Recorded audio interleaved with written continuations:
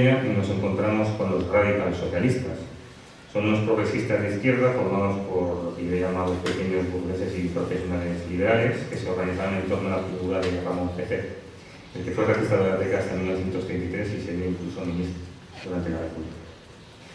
La verdad es que el equilibrio político del gobierno central en Madrid cambiaba de color cada vez que un ministro decidía dimitir y hubo una inestabilidad gubernamental impresionante.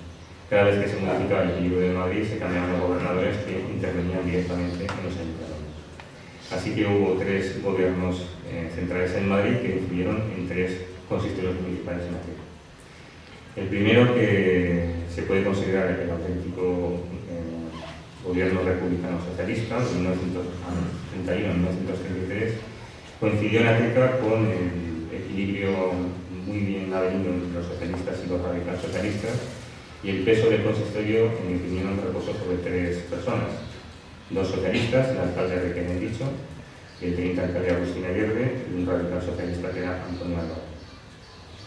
El cambio de régimen mediante elección popular en 1933, que dio lugar al gobierno de derechas en España, se promovió a partir de ese momento en todos los gobernadores una modificación de los equipos consistoriales, es decir, se retiraron todos que habían sido, o la mayor parte, elegidos democráticamente, y una gestora gubernamental nombrada de Zaragoza cambió totalmente el equilibrio que había aquí en Madrid. En Ateca entonces gobernaba el Partido Republicano Radical y aparecieron los de Acción Popular, la CEDA. Y el problema es que los alcaldes que se sucedieron, en este caso fueron 3, en primer lugar reconocieron la propia ilegalidad de sus nombramientos. Si a esto añadimos la división de la derecha, se quedaron prácticamente solos los republicanos radicales, sin quórum suficiente para aprobar ninguna medida, y lo que hicieron es intentar salir adelante de la mejor manera posible. Voy a nombrar el nombre de los 3 alcaldes, que realmente tuvieron un papel muy complicado, que fueron Manuel García Ladilla, Fernando Aguilar Dulce y Rafael Bosch Calle. En febrero de 1936 tenemos las elecciones legislativas en Madrid, cambia el gobierno en España, vence el Frente Popular y todos los ayuntamientos son cambiados de nuevo en España. En Ateca se presentó la reposición del consistorio elegido en 1931, aunque radical no fue la reposición. Por un lado, el Partido Radical Socialista, que no existía en Ateca, se había formado de izquierda republicana, y por otro lado, los republicanos radicales fueron invitados a salir del consistorio, con lo cual no era realmente el consistorio del 31. Los huecos dejados por estas personas que fueron invitadas a salir fueron ocupados por nuevos socialistas y nuevos republicanos de izquierda republicana, y los protagonistas del consistorio seguían siendo los 2 supervivientes de la primera fase, en este caso Agustín Ayerbe como alcalde y Antonio Álvarez como teniente alcalde. El objetivo de este consistorio fue llegar a cualquier precio a las nuevas elecciones. Se habían previsto unas nuevas elecciones en abril o mayo, que fueron lamentablemente reconducidas, puesto que hubo que avanzar las elecciones de presidente. Y finalmente, cuando llegó el 18 de julio, todo el mundo estaba esperando a las siguientes elecciones prácticamente para abandonar estos cargos que cada vez problemas habían dado. La verdad es que los republicanos, y los cuales hablo de los republicanos socialistas cuando hablo de los republicanos normalmente, en Ateca intentaron dar salida a 3 obsesiones.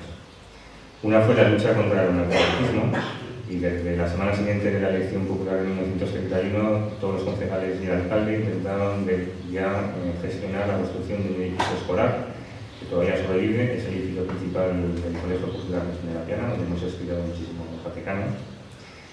En el libro cuento las aventuras y desventuras de la construcción de este edificio, y lo curioso es que aunque se acabó en julio del 36, su primer uso fue el Hospital de Sangre. La construcción de este edificio evidentemente recibió de un préstamo que hizo frente al ayuntamiento y que prácticamente lo condenó a tener problemas presupuestarios el resto de la legislatura. La segunda obsesión republicana fue, aunque parece mentira, la lucha contra el hambre. Parece mentira que podemos estar hablando de hambre, pero cualquier persona que vaya a una sala que hay aquí donde tiene el registro de defunciones o revise los periódicos de la época, se va a sorprender la cantidad de muertes por inanición. Una manera de cambiar el problema de la hambruna en un pueblo eminentemente agrícola era ofrecer a los campesinos la posibilidad de trabajar. Y en Ateca, aunque no se aplicó la reforma agraria, se intentó mediar el ayuntamiento en la compra-venta de una dehesa, la dehesa de Almantes, que permitiera a los braceros poder trabajar. Finalmente no se llegó, aunque se había solicitado ya un nuevo préstamo que ni siquiera podía ser el ETA, pero generó un suceso lamentable que fue el intento de asesinato del propio alcalde de Ateca, Enrique Manducha. Este intento de asesinato lo que generó fue una cascada de dimisiones, puesto que ningún concejal se quería hacer cargo de la alcaldía. Y no fue hasta que Agustín Ayerbe se hizo responsable de esta función que hubo una gran inestabilidad en el ayuntamiento, puesto que realmente el puesto de alcalde era inconflictivo. Y la tercera obsesión republicana fue la construcción de infraestructuras, siendo Ateca un medio de comunicaciones, había que mejorar el acceso. Y debemos a la República y a la intercesión del Ayuntamiento atecano la construcción de la carretera de Munébrega, la construcción de un camino ferroviario en la Cañada, y la verdad es que el presupuesto no avanzaba. No se consiguió construir el puente sobre el barranco de las Torcas que evitaran las riadas, y no se consiguió una obra de ingeniería inmensa que hubiera significado evitar el mayor problema catastrófico que había en Ateca, que eran las riadas del río Manubres. Se presupuestó incluso el desviar el río Manubres para evitar las riadas, sin embargo, el consistorio no era capaz de hacer frente a nada más. La parte que en la cual me he sentido más satisfecho y creo que más he disfrutado ha sido el capítulo sobre la sociedad atecana.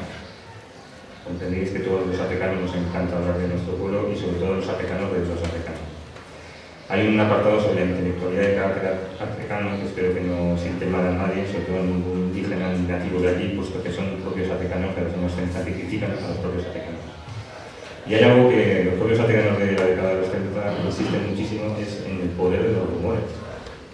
Eso que es, cualquier pueblo que se precie tiene que mantener vivo en el saber popular son los rumores. Una opinión no contrastada aumenta pasando de boca en boca, que sin embargo nadie se preocupa en saber si es cierto o no.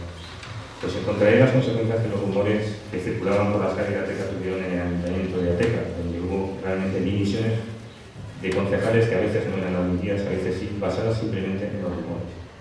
La segunda consecuencia de los rumores lo voy a contar más tarde. Lo bonito de esa época es que Ateca tenía contaba con varios corresponsales de periódicos. Quería nombrarlos porque gracias a estos corresponsales podemos conocer muchísimos sucesos y muchísimo sobre el carácter de los atecanos que nos han precedido. Quería nombrar a algunos de ellos como Vicente Calleja, que era secretario de este ayuntamiento y era corresponsal de Gallo de Aragón, Enrique Marín Compés, que fue director de La Democracia y el primer corresponsal de La Voz de Aragón. Fue sustituido en este periódico por Arturo Bono, que también fue corresponsal de Diario de Aragón. Y Justiniano Millán Trigo, que fue el primer corresponsal de Vilanova, que antes nos han introducido, que era el semanario del UGT y el PSOE. A partir del triunfo del Frente Popular hubo una auténtica avalancha de artículos firmados de Ateca en este periódico Vilanova, entre los cuales destaco a tres: a Ramón López Garro, que fue finalmente concejal, José María San Clemente, que fue el presidente de Juventudes Socialistas, y José Cansado, que también fue concejal socialista. Así que cuando nos acercamos ya a julio de 1936, el problema que tenía Ateca era recuperar el impulso cotidiano que había generado la mayor catástrofe que se había registrado en Ateca en toda la década, antes de la guerra civil, evidentemente. Fue una regada de mayo de 1936 que se está documentada hasta en los periódicos nacionales. Prácticamente la totalidad del Valle de Mandules fue arrasada y todos los pueblos de Torrijos, Villalengua, Moros, Ateca, hacia Tlatalí, se vieron todos los campos completamente destrozados. Durante 2 meses los vecinos trabajaban hombro con hombro para recuperar el pulso cotidiano y levantar el nivel del ayuntamiento que siempre se anegaba, y de la noche a la mañana se enteraron de que la radio que había en el kiosco de la Plaza Constitución el 17 de junio por la noche y empezaba a dar unas noticias extrañas. Y ahí empieza la segunda parte, en la que os he dicho que no he conseguido mantener un equilibrio objetivo hasta el final.